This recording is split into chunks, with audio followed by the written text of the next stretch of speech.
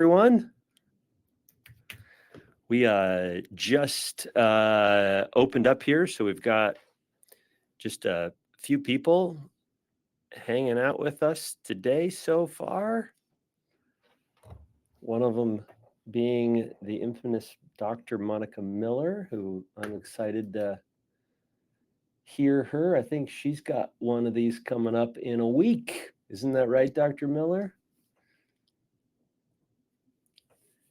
So for the rest of you, do you already have a virtual team member on your team, or are you just starting to look for it? I know, Dr. Miller, I think you've got one or two, maybe even more virtuals working with you across all your practices. How about the other seven? Okay, and I've got 10, and it's just so cool. I'm so delighted that you already have 7. That's awesome. How about everybody else? Does anybody have anybody on their team? Dr. Mays, welcome. Dr. Sedgler, excited to hear how you use your 10. Thank you. For those of you who just joined, are you currently using any virtual team members in your office, or are you just kind of conceptualizing and looking into it?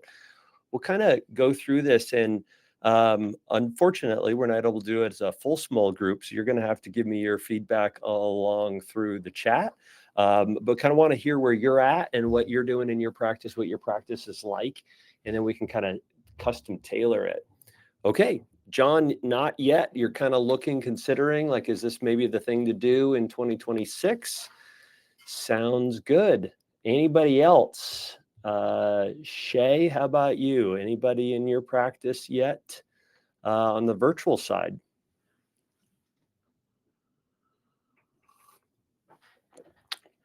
All right. Not yet. Okay.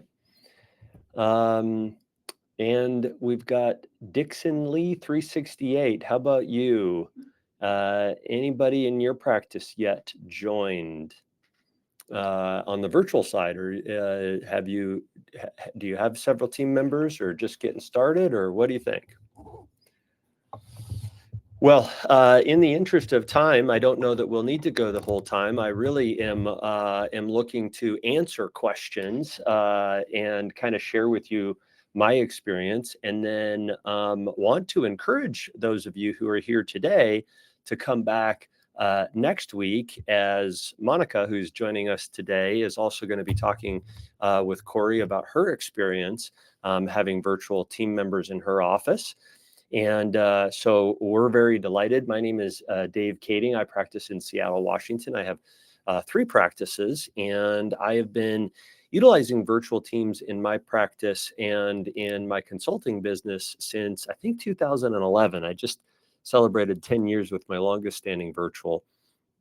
And then she left. And so now I think my longest standing is 6 or 7 years, but just still a baby in the terms of a long-standingness. So I have the opportunity in the world of consulting to have entered into the virtual space via an encouragement from several books that I read. One of them was The 4-Hour Workweek by Tim Ferriss. And Tim kind of just was really encouraging people in that book to figure out ways to delegate things that you were doing. And so I went in, and at the time, I think the agency that I was using, again, this is like 15 years ago, the agency that I was using was in India, and they had a call center, and you would pay them, and they would select a virtual person to work with you, and you had a set number of hours each day that they would do tasks for you. Fast forward to the next iteration of virtuals that I had. I hired them directly from a staffing agency, and then it was just me and them. There was no in between, and they worked with me as many hours as I had paid them for or hired them for on a work week. And then after COVID, we made our transition into having virtuals being part of our team. And I want to share with you a little bit of that story and how that went, and just realizing there was so much chaos that was happening. And just this was kind of how I felt as a practice owner, that there was so many things that were happening in our practice, and everything was really kind of speeding up and wasn't able to really keep control over it. I was really let down by going and pulling some metrics from our phone system and realizing that we were missing 40% of the phone calls that were coming into the office. And I was so mad. I was like, what are we doing? And so I just started, rather than being emotional about it, I actually just started listening. And I would go out front in my office and just listen. And I watched my front desk team and I watched the back office team. And every moment they weren't face to face with a patient, they were on the phone. They were picking up the phone, picking up the phone. People would walk in the door, they would be on the phone, they'd give them the 1 minute finger, and then we would page somebody that there's a patient ready. And I'd walk in the back and they would finish up a phone call and then they would get the patient ready. I said, this isn't working. There's got to be something else. And I had this patient, we'll call her Mrs. Shen. She'd been a dry eye patient of mine for years. I have a specialty contact lens, dry eye, myopia management, and then my wife does vision therapy and ocular vision. We do primary care as well, but we're really trying to set ourselves apart in the specialty arena. And this particular patient had been seeing me for 8 years. I had got to know her really well. She, told me all about her kids and everything, one of those patients. And she said that she was feeling ignored because she would call in to cancel appointment or change her appointment. And she's like, I tried 3 times to cancel my appointment over or 2 days. And there's nobody would answer the phone. And I just feel like nobody cares about me.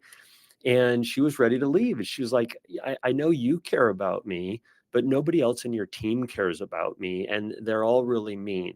And never has that been the case. I knew my team was incredible. So it kind of shows that we can deliver excellent care to our patients, but we can still lose them to the chaos that is going on within the office. And I know we're all dealing with them.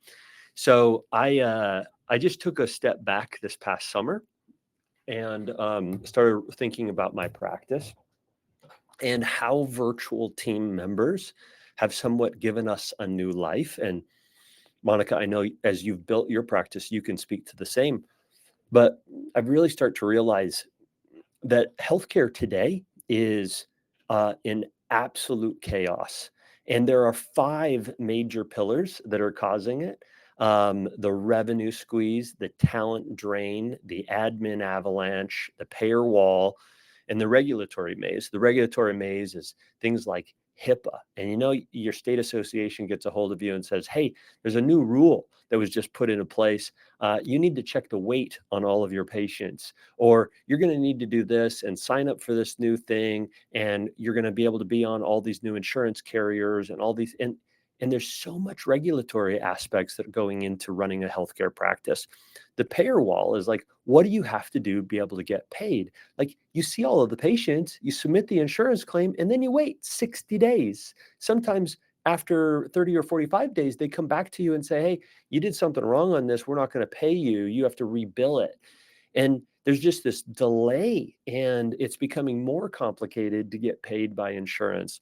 The admin avalanche is all the things that are going on, from dealing with the rent and having to deal with getting supplies for the office. It just seems to continue to get more and more complicated. The revenue squeeze is that we're not getting paid any more for the care that we're doing in eye care, particularly, than we used to, unless you're adding private pay things. But insurances aren't paying us anymore. And so we're getting less and less, having to see more and more patients. But yet every single thing that we're buying, including our staff and including our rent and everything else, is squeezing down upon us. And this is happening healthcare wide. Is we just it would be great if we could get paid what we got paid last year. But it's not the case. We're not getting the raise from insurance companies the way that we wanted to. And then the talent drain is certainly happened. We saw the great exodus from the workforce post COVID, and it just seems like those people haven't come back. We've facilitated the use of even a recruiter to try to help us find employees to work with us locally. And the gal didn't show up today for her interview. And that's the story time and time again I continue to hear from my own practice lead, is like, people don't show up for their interviews. We used to have 15 people show up for a group interview. And now if we did a group interview, I think maybe one or two people might show up for it. It's just not the same. So what we realized coming out of all of this is we have to do things different. I remember having the conversation. I was sitting in this desk and my lead was sitting there, and we're like, we can't do what we're doing right now. We have to do something different. We've got to reinvent the wheel, and we're reinventing it again, but we need to reinvent the wheel. Something has to change. And that's where we came up with the invisible team concept. And we joined forces with a different company other than Team to start facilitating the use of virtual team members into our practice. And things actually went pretty well. We got some great candidates. They were all in the Philippines, and some really, really incredible people. But then I started to get a notice after about 6, 8 months of them working with us, and they changed our office, and I'll share with you how. But we started getting a major problem. Is they said, "Hey, Dr. Dave, do you know when we're going to get paid?" Well, at the beginning of every month, just like I do with Team, I send them money for my employees. And then at the end of the month, they would get paid. And with Team, my employees get paid every 2 weeks. But with this particular agency, they got paid at the end of the month. And unfortunately, they were burning through the money faster, and they didn't have the money to pay payroll for all the employees who had worked for me. And so my employees would say, "Hey, we didn't get paid." And I'd reach out to the agency, and the agency said, "Well, they didn't fill out their paperwork correctly." And time again, my employees were, and so I was actually paying them on top of what I paid the agency to be able to keep my employees, because I didn't want to lose my employees. And I just was like, this is horrible. This has got to stop. And that's about the time that I was introduced to Corey with Team. And we started looking, is there a way that we could start working together? So we made a transition from when we had about 6 or 8 virtuals and transitioned over to start to work with Team. We didn't make the transition on every virtual right away, but over time, and we've just left with our last virtual and actually converted him into the Team ecosphere. And what we've heard from our virtuals is they love working with Team so much more than the other agencies that are out there. The other change that we made in the conversion that we started having was we really saw the difference in working with people that were on our same time zone. We're in Seattle, so we're a little bit later than the team in Argentina and Brazil. But all throughout South America is where our team is located. I have one in Austria as well, who works with me. And then I have one or two still in the Philippines, and Team actually can work with them. And so I wrote a book about this that is just going to be going to print this week, and kind of talked about how it can be valuable to have people in different countries, because if something happens in that one country, you may lose access to your 2 or 3 or 4 different virtuals that you may have. So the great thing about Team is they're constantly looking at different areas of the world, and maybe it's really hot politically one place. For a while, Argentina's economy was it was in the dumps, and so there can be shifts that are happening economically or politically, or the grid of their internet. That's part of why we're not using a whole lot of people across the African continent right now, is because their grid isn't really all that stable, but there's great candidates and applicants there. So Team is constantly looking. Every couple of months, they do an evaluation of every single region where things might be best. The other thing that we really needed to look at is, how can we boost our profits and reduced burnout. You may not know, but nearly 50% of healthcare providers are dealing with burnout in some manner, shape, or form. We're just not excited about practice the way that we used to be. And how can we talk about this today is how can you implement it into your practice? The burnout is real. And not only are practitioners experiencing burnout, I highlight this in my book as to why we're experiencing burnout in healthcare. And if you're dealing with chaos in your practice, your team member, who is phenomenal, is working harder than they should because they're trying to cover the any of those different 5 layers that I just spoke about: the talent burn, the revenue chaos, the disruptions all over in the practice. And they're holding on for dear life because they love you and they love your practice. But just realize that has a cost on them. And eventually they may end up wanting to go work somewhere else.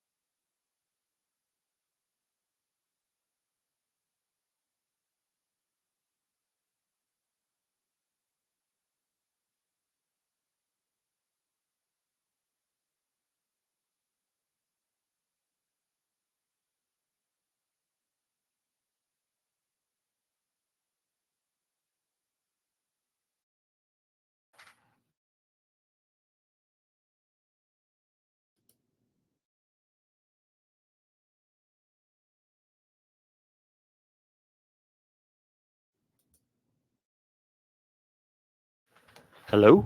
Can you hear me now? Sorry, gang.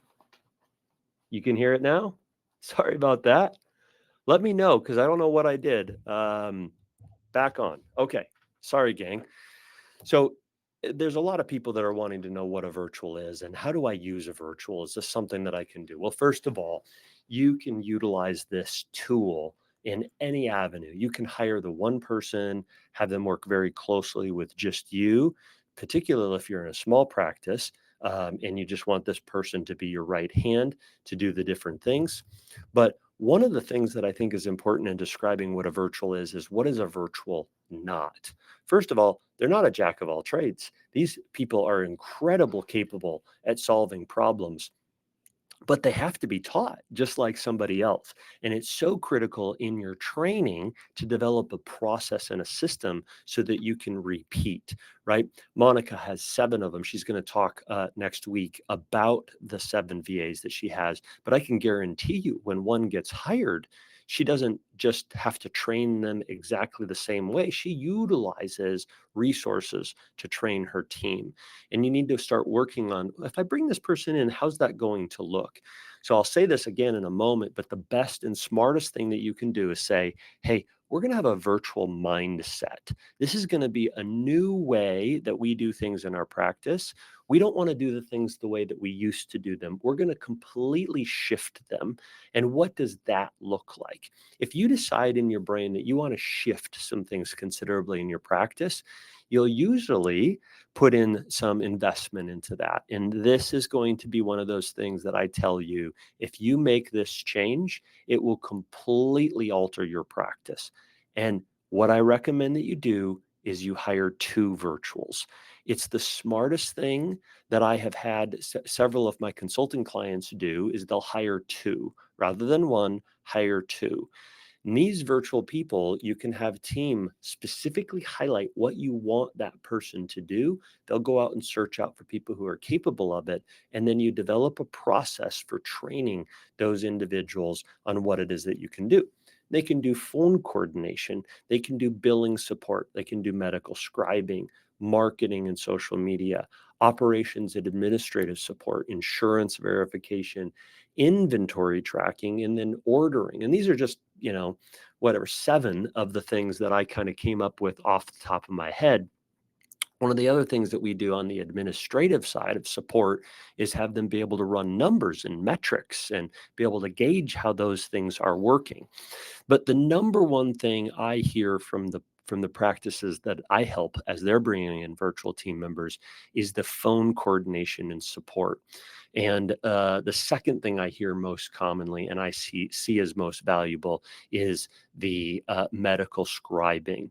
So what that looked like for us is we hired two. Our first two virtuals were for phone coordination, and we had and designated one person in the office that their job was to get these two people trained up. We had them on the phone, and you have to use a voice over IP system. And so that's something that team can help you get set up if you don't have one of those already, but that's an investment, but it'll pay off. And they started answering all the phone calls. And what ended up happening is the people in the office, it was like their shoulders went down. There's like, oh, I can breathe, right? A patient would walk in the door and they would greet them. They started finding satisfaction in their job because they weren't answering questions all day long. But the phone still would ring through to the office because those virtuals were only allowed to answer a certain number of questions that they were trained in, right? You train them on how to schedule an appointment. You train them on how to check whether somebody's glasses have arrived and so forth. They would also do outgoing phone calls, calling people, confirming appointments, calling for people for recalls. Hey, haven't seen you in 2 years, and would love to have you come back to the office. We got a special going on this month, whatever it is. And most of the time they're leaving messages, right? So we would have them do outgoing phone calls and ingoing phone calls. And then if there was something they weren't aware of or sure of, especially on the billing side, they would transfer that into the office. Now, after those people had been with us for about 3 or 4 months, we saw the substantial weight being lifted off of our in-office team. And meanwhile, we're still trying to keep all of our in-office team. And people are leaving, people are heading off to graduate school, people are leaving just like anybody would leave. And we're trying to hire more people into the office. And so maybe more out of necessity, I said, well, we can't continue to put the weight of those people that are leaving on our in-office staff. How can we continue to lift weight? And that's when we brought in somebody to help on the billing side. But we already had somebody on the phone calling side who could actually start to understand a little bit of that. And so we ended up cross-training one of our phone calling team members into the billing support. And so they were a front desk phone calling answering, and they also did billing support. And then as we hired that next person in, the phone calling virtual actually took over the training of the next virtual person. And they were the ones who did the training. They followed the standard operating procedure that they helped create as we were doing our training with them. And we started building out what the process looked like bringing on a new virtual. About this time, after we had 2 or 3 months, we saw the value that virtuals were bringing into our office. And we started saying to our doctors, hey, we're going to have an iPad for you to walk around the office with. And part of our doctor's everyday life was carrying around an iPad. And on the iPad, we had zoomed in a virtual scribe that just hung out with them all day long. Everywhere they went, that virtual scribe went with them. In between patients, they were, sitting down at their desk, and the virtual scribe was able to be working on their own computer, scribing or dealing with patients. They were able to be sending out letters to patients, to practitioners. We were able to send out a letter if patient was referred into the office. It's a great way to grow your practice, is to send a letter to every single patient's provider, their PCP. Send out a letter. Hey, we did a comprehensive eye exam. I know your patient has hypertension. Their retina looked really good. Appreciate the coordination of care that we're able to have. Right? Those are simple things, and they would help. We can also have them ordering contact lenses, and so they would be doing those sort of things. They could be entering glasses into the system once a sale was made in the optical. I've heard of some other people. We don't do this because we don't have a large optical in my practice, where the optician has their own scribe, and they have a scribe that is working with them, and they're able to just be doing frame styling, and then selecting what they're going to sell to the patient, and the scribe is taking everything down, writing everything down. Once everything is all set, ready, and done, the scribe already has the invoice or the order put in through the system, and the patient goes up and pays, and that optician doesn't have to sit there typing on a computer, just looking at the person for a really long time, because it's seamless. They're able to stand up and get to the next patient, and orders aren't being built up on the desk. Insurance verification ahead of time, checking people's deductibles. And then I have a team of virtual people that are working with me that are helping on the marketing side. So I have some consulting companies, but also for our practice is we're able to have a way better social media and a way better present, because my virtual team is able to help with that. You have a trunk show coming up and you need a flyer or you need something built out, you can have your virtual team member, and you can have your existing, phone support people. They may be capable of doing this, but no different than anybody else in your office. You're not going to go to, Steve, who works at the front desk, and be like, hey, I need you to create this flyer, unless you know that that's something that Steve loves to do. So some great ideas. If you have somebody that's specialized in that area as you're hiring them, you can move in that direction. So the shift to virtual, I would say, either starts with one of two things, starting with scheduling phone support, and it'll make an immediate impact on what's happening in your office. For those of you who have not yet brought in virtual people, if you're answering the phone in your office, this will transform the lives of the people in your office. They'll maybe have a little hesitation, but you can say, you know what, I want you to answer the difficult conversations, the difficult questions that patients have, and dealing with difficult scheduling situations. But if there's something that's somewhat streamlined, we're going to push it off to these other team members. And then when something more challenging comes through, I need you to handle it. And if there's somebody in the office, I want you handling those people. I want you having the face-to-face contact with them. Virtual team members are in no way a replacement for our existing team. It's not about cutting people from your office. In fact, that's one of the number one questions I get asked, is like, oh my goodness, you have 10 people that work for you in your team. Like, how many people were you able to fire? I'm like, no, I'm wanting to continue to hire good people to the office. But what I have is I have margin. I have margin to grow for the first time that we hadn't had margin to grow because of our team members, right? In fact, we have about the same number of in-office team members as we did in the years going into COVID. Although our revenue has risen several $100,000, we have the same number of team members. And I'm still trying to hire more in-office people, and I'm hiring more virtual people. We've got another virtual team member who's starting on Monday. She'll be a brand new hire this week. She's actually finishing her onboarding with team. So we've been able to give them some training information that we want them to onboard the employee with. They're learning how to work with team systems, and then they're doing some preliminary team university, which is a video series that you can have your team, you can have your new team be put through by team before they start working with you. And train them on the process. And so that's been a really, really important. The key here is this is freeing your in-office team to focus on higher value patient-facing activities, while the virtual team member is handling those backstage, those repeatable tasks, those process-driven things. And it's not that these people are incapable.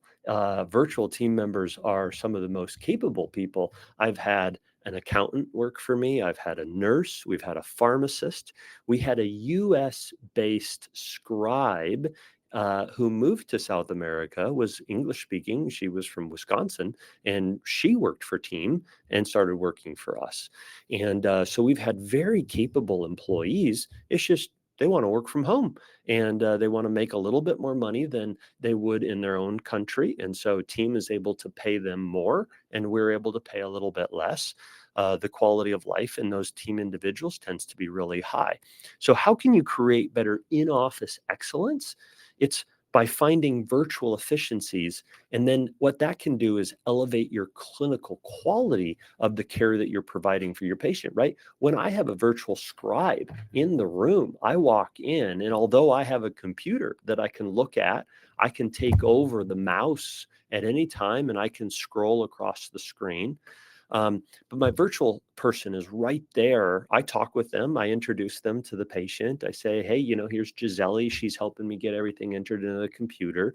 I may speak to her every once in a while about some things in the exam, but mostly I just speak to the patient, and Gisele is listening to what I say, and she's just typing it in. If you haven't ever worked with a scribe, either in person or virtually, it's heaven on earth to get things entered into the computer.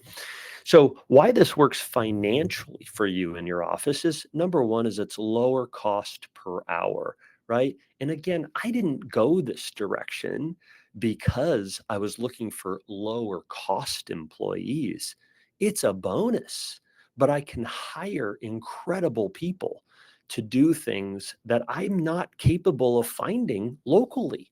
And these particular individuals show up to work. They're excited to work, and we get to know them, right? I was just hearing my resident's virtual scribe and her having a conversation of, what they did over the long weekend and what their lives were about. There's zero infrastructure cost. Do you have a new person come into the office ever and are like, where are they going to sit, right? Unless there's a space at the front desk that is vacant, you're looking for new, infrastructure of where they're going to sit, right? What does the break time look like for those people? Are they going to be in the break room taking another seat? And then it really reduces your turnover expenses for two reasons. One is you're working with an agency, and so you're not having to file all the paperwork of an in-office employee. You're not paying the added expense of all the taxes, not paying the added expense of the benefits. You're just paying Team that flat dollar amount. Now, don't get me wrong. Uh, we pay our virtual people far more than what we've contracted Team to pay them. We give them bonuses, and we give them raises, and we just work right through Team. And anything extra on top of what Team is charging me that I want to give my virtual, Team gives it 100% to them. They don't take a big chunk of it for themselves. So if I want to give a bonus of $100 US, just send it through Team, goes right over to them. And then I'm able on my expense sheet to just say that this is a consulting fee that goes over. And we see turnover in our virtual people, but not nearly to the rate that we see of our in-office patients, our in-office team. So although we've been doing virtual team members for our office since 2021, we've seen considerable shifts in our business. Operational efficiency, 90% operational efficiency, where we've been able to move over to standard operating procedures, a procedural approach of how we're dealing with things in the office, because we had the margin to build because we had ability within our team to do other things, right? It's quite something when you can shut down the office for a half a day and have a team meeting and still have people answering the phone, And then I can have a virtual meeting with all of my virtual team members at one time, and then the phone rings through to the in-office team. And then we do big powwows together, which is a great thing to do. The staff turnover decrease, was a huge impact on our cost. We saw a substantial over the first couple of years when staff turnover would happen. It wasn't as impactful because we already had an infrastructure, so we weren't losing things, and we would just replace that person. But the people in the office had a better joy in the work that they were doing. We still had people leave, right? They were going off to do other great things, but they weren't leaving as often because they were frustrated or they didn't like it here. And that they were missing phone calls and on the phone all day dealing with angry and frustrated patients. And then we were able to gain capacity. Our doctors were able to see more patients every day uh, without feeling like they were as overburdened. They could still have a conversation with a patient, but on average, even in eye care, we're only seeing patients around 30 to 40% of our workday, where we're actually face to face with a patient. Now, your office may be different, but the vast majority of eye care providers are working within their EMR for the vast majority of their day. So just think, if you gave every single one of the doctors in your practice the ability to see 2 or 3 more patients a day, and we're able to do it without a whole lot more burden, it could be a financially really rewarding thing, and you can see a lot more patients over the course of a year. So what this really creates is an in-person, high touch opportunity where we're able to encounter our patients far more personally. We're also able to have this virtual for high frequency tasks, and then combining those two things to really build the strengths.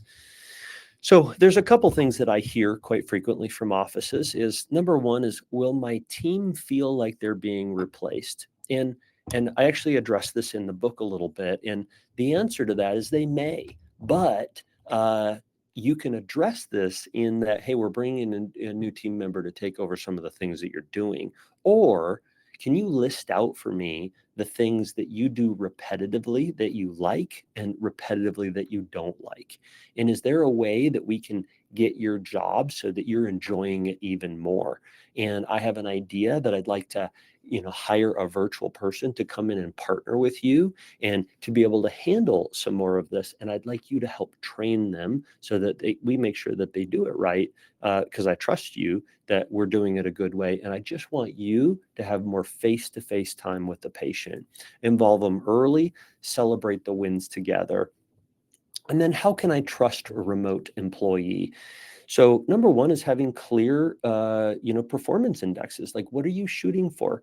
Do you want them to close charts by the end of the day that they have scribed for you? Do you want them to bill out a certain number of claims every single day?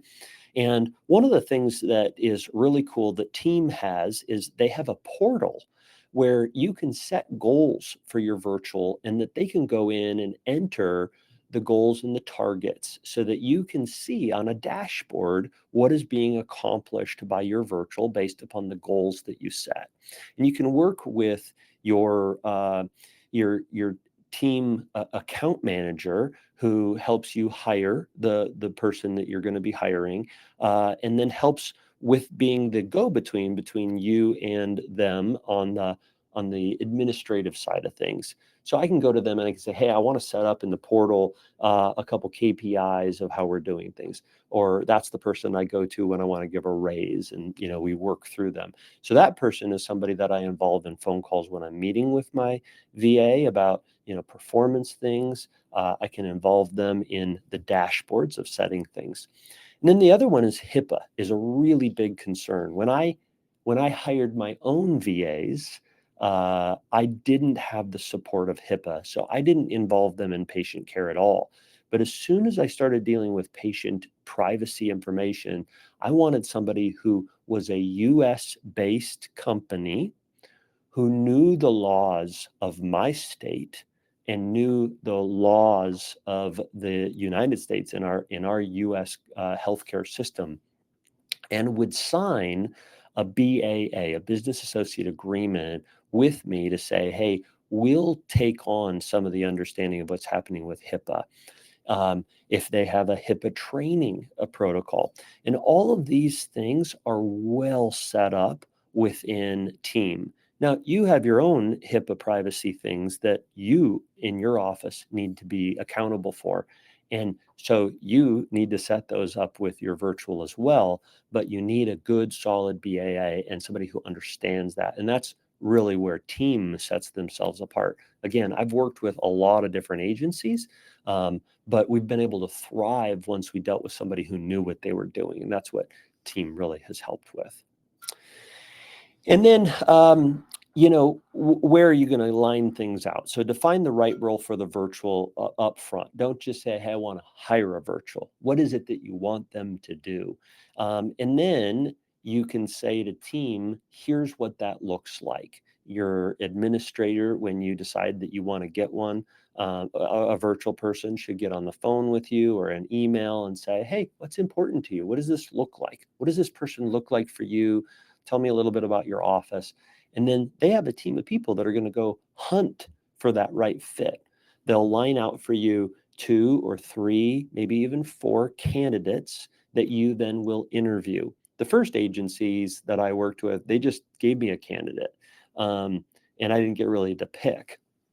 So the thing that's unique about Team is they're going out, and again, they're motivated to find you the right people. So what I usually do is I say, I want to hire 2 people for this role. I want to hire them close together. And so bring me candidates, and we'll set up a couple of days of, on a Tuesday at lunchtime and a Wednesday at lunchtime. And they'll find me, 4, 5, 6 different applicants. I'll interview all of them and I'll pick the 2 that I want, hire them in at the same time, lay out the role for what they are going to do, have a team member in the office who's overseeing that hiring process of what the training is going to look like for them. Between that in-office team member and the virtuals that I've just brought in, we document everything. There's a great tool online called Loom, where you can video record anything that you're doing on the internet. And so you can record screen captures of your EMR, how to do those sort of things. And then also you could have different video settings so that you can be listening to different, not with Loom, but how you can be listening to somebody as they're training on the phone. And you can have a 3-way phone call where the patient is on the phone with you and the virtual, and the virtual starts speaking. And then every once in a while, our in-office person would be like, hey, I want to step in and just help correct that, or help, I can answer that question. And so they're listening in that hiring process. But make sure that you've got a good standard operating procedure of how you want to do things.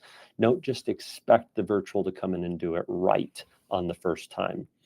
Now, can I just say to you that one of the things that I find is that within the first 30 days, usually somewhere between the 3rd and the 5th week, when you hire a virtual, you will think that they're not working. And the reason for that is not working out for you. The reason for that is you may have some in-office pushback that they're not doing it well. And what I want you to be thinking about is almost 95% of the time, not always, but almost 95% of the time, it's because you didn't properly train them. Just remember, if somebody's picking up the phone in office, there's usually somebody right beside them or behind them who's listening in on that phone call. If you have somebody in the office who says something wrong to a patient, they're going to turn around and say, what is that again that we learned? But your virtual person doesn't have that. And so just revisit with them, meet with them on a daily for even a 5 or 10 minute check-in, especially in their first month of, hey, what were the challenges that you went through yesterday? What did you do that you felt good about? And that 5 minute check-in with that virtual person can set them up for so much success. Be on the phone with them all throughout the day, have them calling into the office, add some questions, and so forth.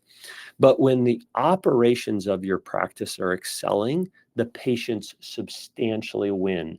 Access to patient care dramatically improves. You can fill those empty spots because that virtual person is on the phone right away. In my book, I tell a story a little bit about when we had a major snowstorm that completely wiped out patient care for a couple of days.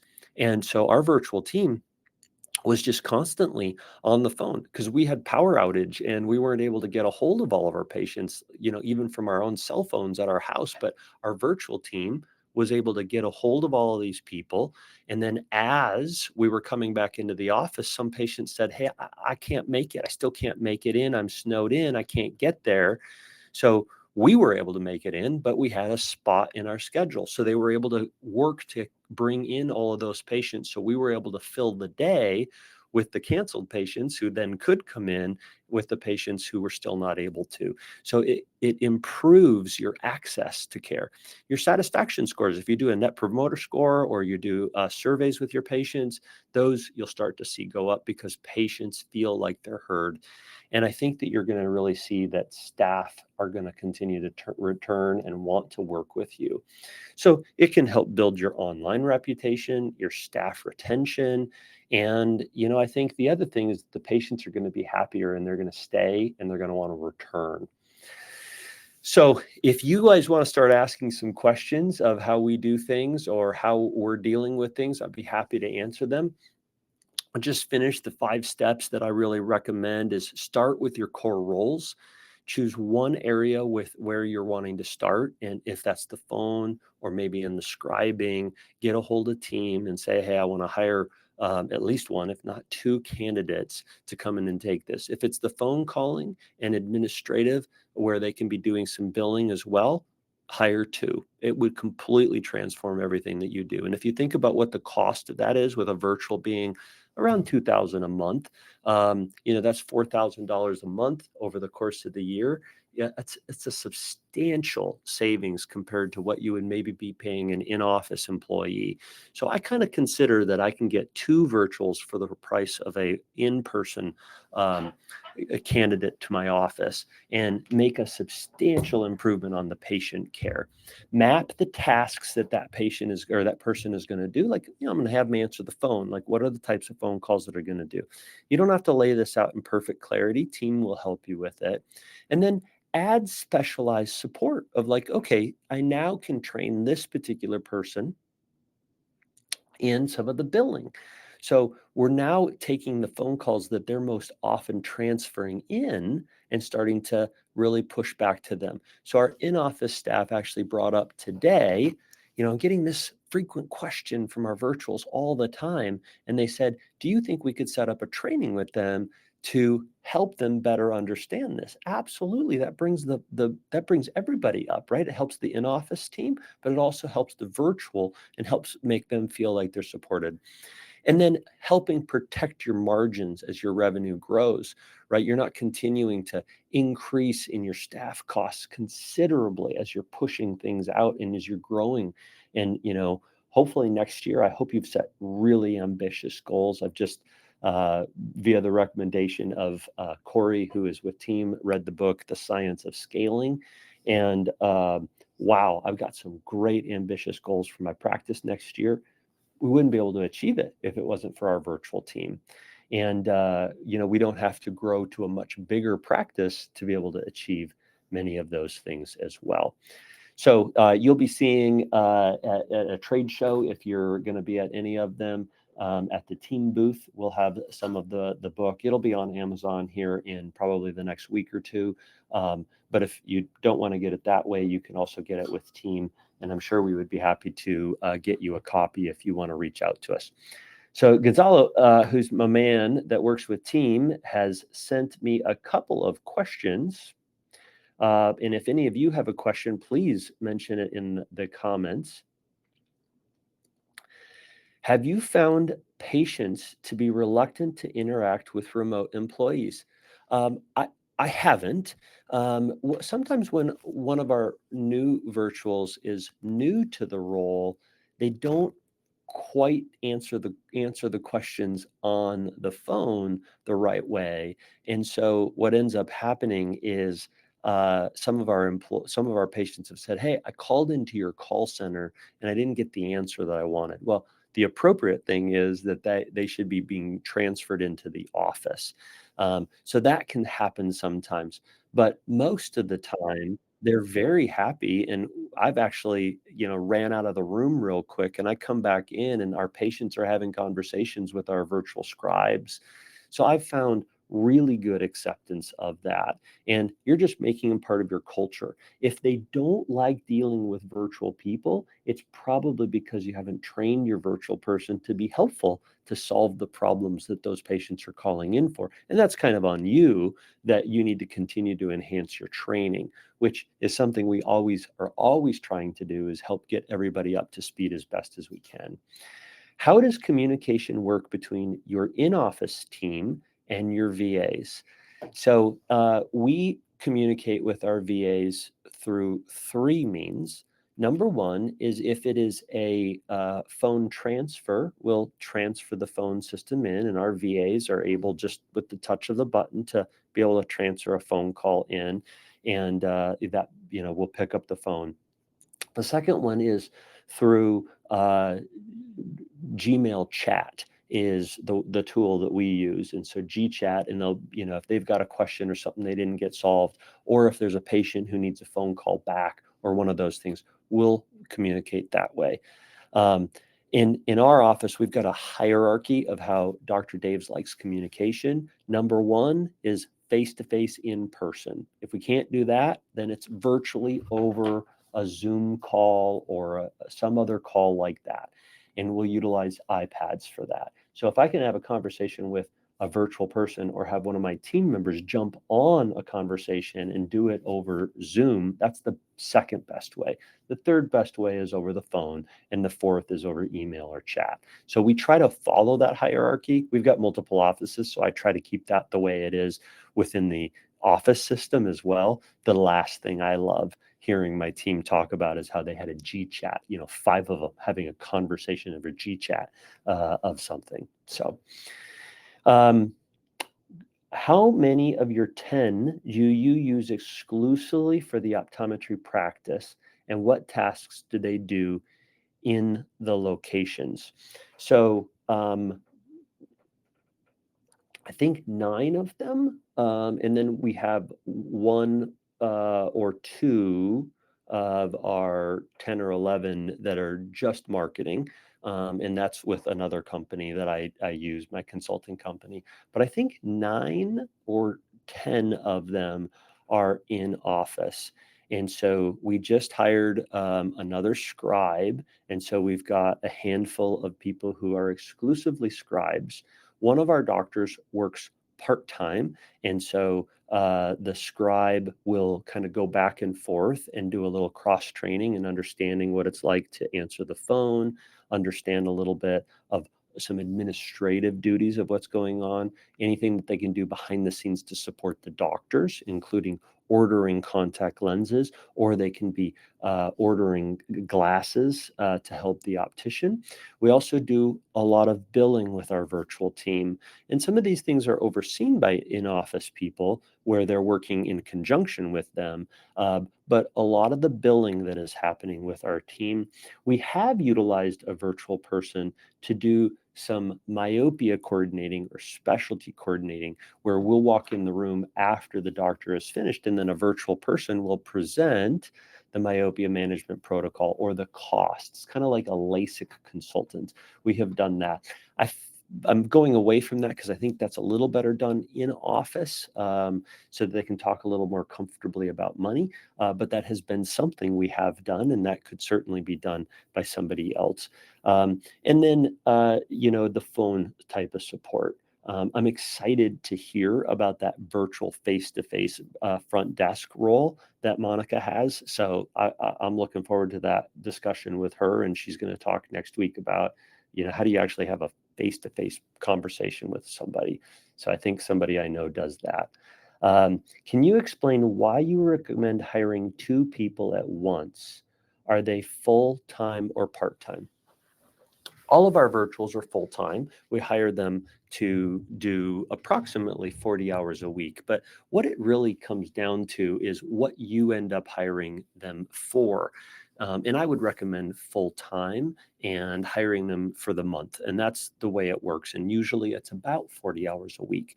Now you're going to need to give them some days off, and that works out. And sometimes that's when your office is closed, and sometimes it's not when your office is closed. We had one of our virtuals, he had surgery, and we're pulling for him. I wish I was there to go visit him in the hospital and chat with him, because I've got to know him really well. But he was having some health issues, and I said, buddy, don't worry about your job at all. Like, you take your time getting back to work, and he's just part of the team. He's not like this abstract person. He's my buddy, right? So we're utilizing, our office to do that. So we have a little redundancy, and that's another reason to have multiple people in the office. But the worst thing that will happen to you, the number one reason you will quit using a virtual team, is that if you have one and they quit. The vast majority of time, people are doing very well with their virtual team members. And then for one reason or another, after a year, they quit and they are going off to do something else. Not malicious, like they quit because they don't like the job, but we had a gal who left to go to nursing school. She moved to Canada and went to nursing school. It's like, so proud of Kate, right? But she left. And then what? And then you're hiring and training somebody from scratch. The longest venture of something you've never done before in your life will be training your first 2 virtual people. And if you train the first 2, you'll find that your training from then on is never the same. We've got a new virtual who is starting on Monday. She's going to be learning as a backup scribe. So she's going to be working with our scribes to learn how to do it. They'll both be logged into the computer, and how you go about doing all of this, that's for another conversation, but team will help you with it. So they're both going to be logged into the computer. She's going to be scribing, or our other scribe will be scribing, and they'll be learning along the way. In between patients, they'll have conversations with each other about how to scribe. And then once she's well versed in scribing, we're moving her over to do a little bit of some administrative duties that she's going to be training for. And we already have selected who the trainer is for her in that duty, and it's a virtual person.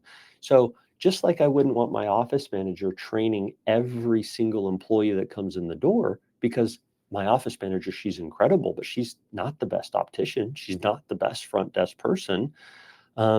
So I want the front desk person doing it. I want somebody who is already trained in something to be the trainer. And it has been the number one thing that we've done that has been worth the money in the long run. In the short term, you're going to be like, why do I have 2 of these people? But in the short term, you'll find that you're able to stack more things for those people to do. And then if one of them isn't working out because you don't like them, you can move on from them. But if you hire somebody and you only have one person and you don't like how they're doing it, you're going to be thinking, oh, this is a virtual problem, as opposed to this is a person problem. So I think your first 2 should be done together. And I don't know if that makes sense, but it has made the world of difference to me. I can almost bet you that those people who have 5, 6, or 8 virtuals didn't hire their first one by themselves. I hope that helps. Shay, can you clarify the IT need requirements, phone, computer systems, etc.? So, John, if you're going to have them answer the phone, you need a phone system that uses a VoIP, a voice over IP. Basically, it's the phone over the internet. And the vast majority of phone systems are that way, unless you're in a very old or antiquated building and you haven't updated your phone system in the last 5 or 10 years. But the vast majority of phones are now over the internet. And if you use a VoIP system, You can have your virtuals be answering the phone, or you could transfer your phone on your computer over to your computer. And that's what I can do, is I can text and call all of my patients through my computer, regardless of where I am in the world, and that I can give that access to my virtuals. So that's the IT stack that you need. And you can work with team on making sure that you have the right thing for that. As far as prescribing, have an iPad. There's a couple people who do it a couple of different ways. The way we do it, and I think it's the best way, is we use a screen sharing software where I can log into my computer from anywhere in the world and I can just log into it, right? There's several systems like that. And we have 4 or 5 exam rooms, multiple locations. And so our scribe, I can say, hey, I need you to log into exam room 2 in Bellevue. And they know how to go and do that. And they log in and they're on that computer. It's mirrored on their computer. And then on their other screen, we like our virtuals that are scribes to have 2 monitors. And on their other monitor, they have the Zoom call. So they've got a Zoom call on one, and the screen in front of them, and they're sharing the screen. They can pull up my Optos images, my topography images. They can change the eye chart to be different sizes, whatever it is that I need. They have access to that through a screen sharing device. And then we use Zoom, and we use the paid version that allows us to have a business associate agreement for privacy and HIPAA reasons. So I hope that helps. It's not too technical. And, that's one of the other really good things about working with team, is they know all of this stuff and they'll work with you to make sure you have the tech stack that you need, where other agencies are kind of like, hey, you just need this, right? Just get it. And they don't know optometry, and they don't know what our industry is like. The other thing that you may find working with other agencies is they may be a little cheaper or more expensive, but they'll also tell you, I can get you somebody tomorrow, right? I can get you a candidate tomorrow to fill that space that you need. I don't want that person, right? I want to tell the agency what I want, and I want them to go and find that right person, because I don't just want to be with these people for the next, 3 months. I want my virtuals to stay with me for years, you know, and Gisele and Alberto. Gadon has been with us for 4 years. I think about Anna. I think about Eduarda and Julia. Like these individuals, like, and there's more, but those 6 individuals, my hope is to be able to create a job for them for the next 5 and 10 years. And so I want to make sure that I'm working with an agency that is going to lock me into that, and really work with me, not just find me somebody tomorrow. So that's a big win for the team as well. Good. Hey, well, y'all stuck with me. It's 6 o'clock, 9 o'clock for those of you who are on the East Coast. I don't see any more questions having come through. My email is Dave@Optometric Insights. You can reach out to me with any questions. I know the team would love to hear from you if you're thinking of going the direction of virtuals. Can I just say that at the end of 2026, going to a virtual team, I guarantee you, especially if you hire 2 and you're willing to put in the time and the effort, going to a virtual team will be the smartest thing that you will do for 2026.